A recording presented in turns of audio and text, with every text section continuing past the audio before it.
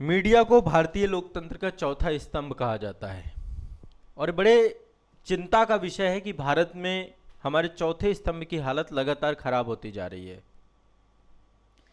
विश्व प्रेस स्वतंत्रता सूचकांक अभी जारी किया गया 2026 का।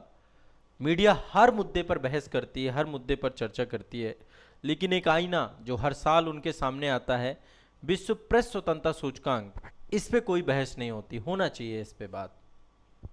टोटल 180 देशों की सूची में भारत की जो रैंकिंग है वो 157वें नंबर पर है। कितना चिंता है, मतलब आप सोचिए हम कहां आके खड़े हैं, क्या रैंकिंग है। और ये दिखता भी है, ये रैंकिंग कई बार सही भी लगती है। कई बार हमें लगता है कि शायद हमारे देश की छवि खराब करने के लिए, हमारी मीडिया की छवि को खराब करने के लिए इस तरीके की रैंकिंग जारी की जाती है। नहीं, ये सच्चाई है, हमारा मीडिया है ही ऐसा। क्या ही मुद्दे उठाता है। आप देखिए, मीडिया के मुद्दे अलग ही हैं। दो तीन मुद्दे पकड़ रखे मीडिया ने जिस पे टीआरपी बटोर रहा है। चुनाव आते हैं तो चुनाव के मुद्दे खूब जोर शोर से उठाए जाते हैं, ठीक है। गरीबी, बेरोजगारी, भूखमरी, अशिक्षा, यहाँ का जो युवा शक्ति है, उन सब पे कोई बात कभी नहीं मिलेगी आपको। कोई बात करते ही नहीं है, ठीक है। छात्रों के साथ कुछ भी होता है, कोई मुद्दा नहीं उठाया जाएगा। देश के अंदर गरीबी है, कोई मुद्दा नहीं उठाया जाएगा। श्रमिकों और मजदूरों के साथ कुछ हो रहा है, कोई मुद्दा नहीं उठाया जाएगा।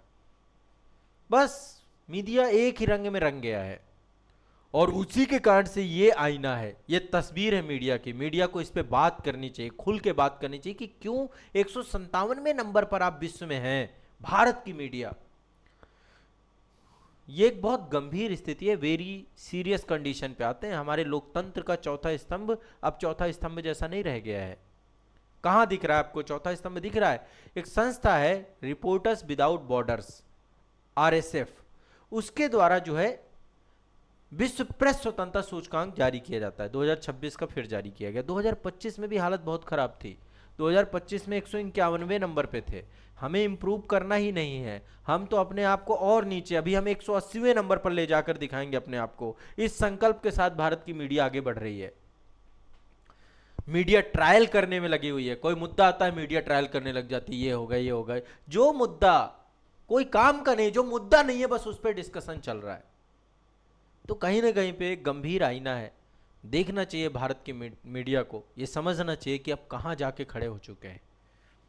भारत की वर्तमान स्थिति वेरी सीरियस श्रेणी में बन चुकी है। प्रेस स्वतंत्रता 25 वर्षों में अपने सबसे निचले स्तर पर चली गई है।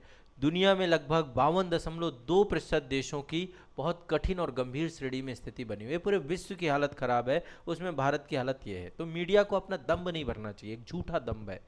क्या आपने अपनी रैंकिंग पे कभी गौर किया है? ये रैंकिंग ला के खड़ा करिए ना 100 के नीचे, और 100 ही क्यों, 50 के नीचे लाइए, 50 ही क्यों, 25 के नीचे लाइए, तो समझ में आता है, ठीक है।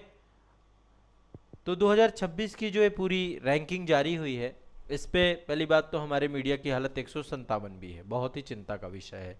यूनेस्को के द्वारा इस वर्ष की थीम जो है रखी गई है, शांति के भविष्य को आकार देना, है ना, shaping a future of peace. ये आपका जो है थीम रखी गई है। इस वर्ष जो है लीगल इंडिकेटर सबसे तीव्र गिरावट देखी गई है। 110 देशों में पत्रकारों के खिलाफ कानूनों का दुरुपयोग बढ़ा है। और एक चीज और है, हमारे यहाँ जो सही बोल भी रहा है, जो बात रख भी रहा है, उसकी स्थिति बहुत खराब, उसकी स्थिति बहुत दयनीय है। उसके ऊपर केस हो रहा है, उसके ऊपर कानूनी कार्रवाई हो रही है, उसको चैनलों से निकाल दिया जा रहा है। ऐसे बहुत सारे स्वतंत्र पत्रकार हैं जो काम कर रहे हैं, लेकिन उनकी आवाज़ों को दबाया जा रहा है, उनके वीडियोस को डाउन किया जा रहा है। नंबर 1 पर नॉर्वे है, पिछले 10 वर्षों से लगातार नंबर 1 पर ही है। अब नॉर्वे मॉडल को समझे ना हमारी मीडिया, एक बार चर्चा तो करे कि नॉर्वे मॉडल क्या है। सरकार पे भी दबाव जाएगा, क्यों नहीं जाएगा। नॉर्वे के बाद डेनमार्क है, ठीक है, छोटे देश हैं, लेकिन इनका कुछ तो मॉडल होगा। इस मॉडल पे भी चर्चा चल सकती है। नहीं चलाएंगे, कभी नहीं चलाएंगे, ठीक है। फिर स्वीडन है, ठीक है। नॉर्डिक कंट्रीज जो हैं, स्कैंडिनेवियन कंट्रीज हैं, वो हैं, एस्टोनिया है, फिर नीदरलैंड है। टॉप 3 कंट्री याद रखिए, नॉर्वे, डेनमार्क और स्वीडन। क्लियर है। और भारत की स्थिति 157, सबसे खराब स्थिति इरिट्रिया की बनी हुई है। इरिट्रिया 180वें नंबर पर है, अंतिम स्थान पे है। चाइना की हालत, चाइना 178वें नंबर पर है। उत्तर कोरिया 189वें नंबर पर है। हम चाइना से कम थोड़ो ना है, हमारी भी तो रैंक 157वें नंबर पर है।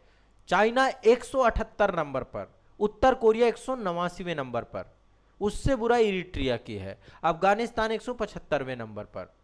तो मध्य पूर्व उत्तरी अफ्रीका के पत्रकारों के लिए सबसे खतरनाक क्षेत्र बना हुआ है अभी भी। गाजा युद्ध के कांड से रिकॉर्ड संख्या में बहुत सारे पत्रकारों को मारा भी गया ताकि वो सच्चाई न दिखा दे। भारत में रैंकिंग का कारण क्या है, क्यों भारत में रैंकिंग खराब है, मैं आपको बताता हूं इसकी सच्चाई। एक तो पत्रकारों के खिलाफ मानहानि का केस हो रहा है, देशद्रोह का केस, बीएनएस की धारा 152, यूएपीए लगा दिया जा रहा है, अनलॉफुल एक्टिविटी प्रिवेंशन एक्ट, उनको मार के टैंकों में दफना दिया जा रहा है, सीवेज टैंक, सेप्टिक टैंक, ऐसे टैंक जगह पे दफना दिया जा रहा है। तो एक तो लगातार लीगल इंडिकेटर्स ये जो है पत्रकारों को बोलने की स्वतंत्रता छीन रहे हैं।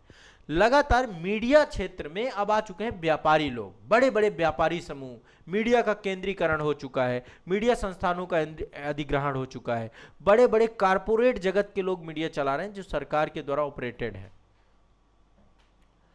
संपादकीय स्वतंत्रता प्रभावित हो चुकी है, लोग बड़े बड़े पत्रकार छोड़ रहे हैं अपने आप को, कुछ पत्रकार तो फिल्मों में भी चले गए, क्या करें। पत्रकारों की सुरक्षा, जो फील्ड रिपोर्टिंग होती है, ग्राउंड रिपोर्टिंग होती है, उन्हें शारीरिक हिंसा, इनफैक्ट पुलिस तक मार देती है। मैं देखा हूं ऐसे बहुत सारे वीडियो, आपने भी देखा होगा कि पत्रकार जाकर के ग्राउंड रिपोर्टिंग कर रहे हैं, उसी को जो है डंडा बरसा दिया। शारीरिक हिंसा, ऑनलाइन उत्पीड़न, विशेष रूप से संवेदनशील क्षेत्र जैसे कश्मीर, काम करने वाले पत्रकारों के प्रति खतरा बढ़ता जा रहा है। नॉर्थ ईस्ट या जो ट्राइबल एरिया है, जो नक्सलाइड एरिया है, और सरकार तो मतलब सरकारी जो हस्तक्षेप है, मीडियाओं को डर बना हुआ है। सरकार भाई मीडिया के लिए इतना बड़ा प्लेटफॉर्म चलाना, सब कुछ के लिए पैसा लगता है, फंडिंग चाहिए, फंडिंग विज्ञापन से आती है, सरकारी विज्ञापन नहीं मिलेंगे। जो लोग सरकार के मेन स्ट्रीम से हट के बात करेंगे, सरकार विज्ञापन ही नहीं देगी। तो मीडिया आउटलेट्स में जितने भी सत्ता प्रतिष्ठान हैं, उनका जो सरकार की तरफ रुझान बढ़ा हुआ है, सिर्फ वो पैसा, व्यापारीकरण, व्यवसायीकरण, कोई प्रोफेशनलिज्म नहीं बचा है। तो ये एक कंडीशन है। हमारे यहाँ पे सबसे अच्छी यदि कोई अभी मीडिया रैंकिंग है तो नेपाल की अच्छी है, 87 है, ठीक है, श्रीलंका की 134 है, भूटान की 150 है, सोचिए भूटान भी बहुत गंभीर श्रेणी पे, बांग्लादेश 152, पाकिस्तान 153, पाकिस्तान से नीचे हैं भाई। हम संविधान में पढ़ते रहते हैं आर्टिकल 19(1) मीडिया प्रेस की स्वतंत्रता इसी में सम्मिलित है, आर्टिकल 19(1) में ही प्रेस की स्वतंत्रता है, लेकिन इससे भाषण और अभिव्यक्ति की स्वतंत्रता के तहत मौलिक अधिकार माना जाता है। उच्च प्रतिबंध, रीजनेबल रेस्ट्रिक्शंस लगे हुए हैं हमारे यहाँ पे। 19(1) पढ़ के हमें लगता है अरे आर्टिकल 19 से तो सारे हमें अधिकार मिल रहे हैं, लेकिन 19(2) तो पढ़िए, राज्य की संप्रभुता, सुरक्षा, सार्वजनिक व्यवस्था के आधारों पर प्रेस में प्रतिबंध है। आए दिन अभी जो स्टैंड अप कॉमेडियन है, सोशल मीडिया है ना, यदि वो कुछ बोल देते हैं उनके खिलाफ तुरंत मुकदमे हो जाते हैं। आर्टिकल 19(2) तुरंत लग जाता है, ठीक है। एक केस था, 2-3 सुप्रीम कोर्ट के केस आए। एक रोमेश टॉफर बनाम मद्रास राज्य केस 1950 में आया, वेनेट कोलमैन बनाम भारत संघवाद 1973 में आया आपका। इन सभी मामलों में सुप्रीम कोर्ट ने प्रेस की स्वतंत्रता को लोकतंत्र का आधार बताया, लेकिन यह आधार है नहीं, ये सिर्फ बातें हैं, बातों से कुछ नहीं होता है। प्रेस को लोकतंत्र का चौथा स्तंभ कहा जाता है। रैंकिंग सुधार के मामले में स्वतंत्र पत्रकारिता कभी, अब स्वतंत्र पत्रकारों की हालत बहुत खराब है, जगह जगह मार खा रहे हैं, या तो उनको बोलने नहीं दिया जा रहा है या तो उनके ऊपर केस हो रहा है। सरकार को चाहिए कि स्वतंत्र पत्रकारिता को कानूनी सुरक्षा प्रदान करे, मीडिया संस्थानों की विविधता सुनिश्चित हो, सूचना के अधिकार के खिलाफ जो डिजिटल युग चल रहा है, आर्टिफिशियल इंटेलिजेंस, फेक न्यूज, इन सबसे बचाए चीज़ों को, लेकिन कम से कम देश के इस रैंकिंग व्यवस्था को सुधारे। कुछ तो आधार हैं और वो दिखते भी हैं। कहाँ मुद्दे उठते हैं? जनता के मुद्दे तो गायब हो चुके हैं। आज के न्यूज़ उठा के देख लीजिए, अब तो न्यूज़ चैनल कोई देखता ही नहीं इसी कार्ड से। बड़े बड़े पत्रकार सब सोशल मीडिया, यूट्यूब पे आ चुके हैं, चाहे रवीश कुमार हो, चाहे सब जितने बड़े बड़े पत्रकार हैं। तो ये एक बहुत चिंता का विषय है और इस चिंता के विषय को समझना बहुत ज़रूरी है, ठीक है। तो विश्व प्रेस स्वतंत्रता सूचकांक, ये एक तस्वीर है, ये एक आईना है, एक दर्पण है भारत की मीडिया के लिए, सरकार के लिए, सभी के लिए, ठीक है। तो पेरिस का एक अंतर्राष्ट्रीय गैर लाभकारी संगठन है जिसका नाम है रिपोर्टर्स विदाउट बॉर्डर्स, उसके द्वारा जारी किया जाता है। 2002 में इसकी शुरुआत हुई थी। 180 देशों की प्रेस स्वतंत्रता के आधार पर रैंकिंग करता है।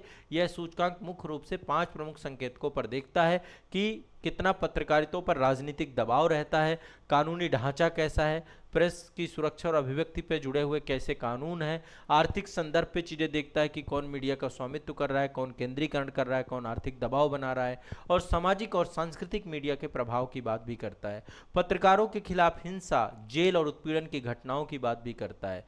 और इस कारण से जो है पूरे दुनिया भर में यह स्थिति बनी हुई है।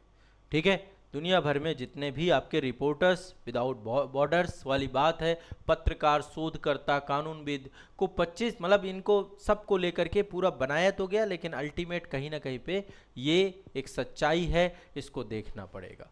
ठीक है, तो ये आपको जो है मैं एक इम्पॉर्टेंट विषय वस्तु के बारे में आप सभी से चर्चा थी, चिंता का विषय। आपकी राय क्या है एक बार कमेंट सेक्शन पे बताइए।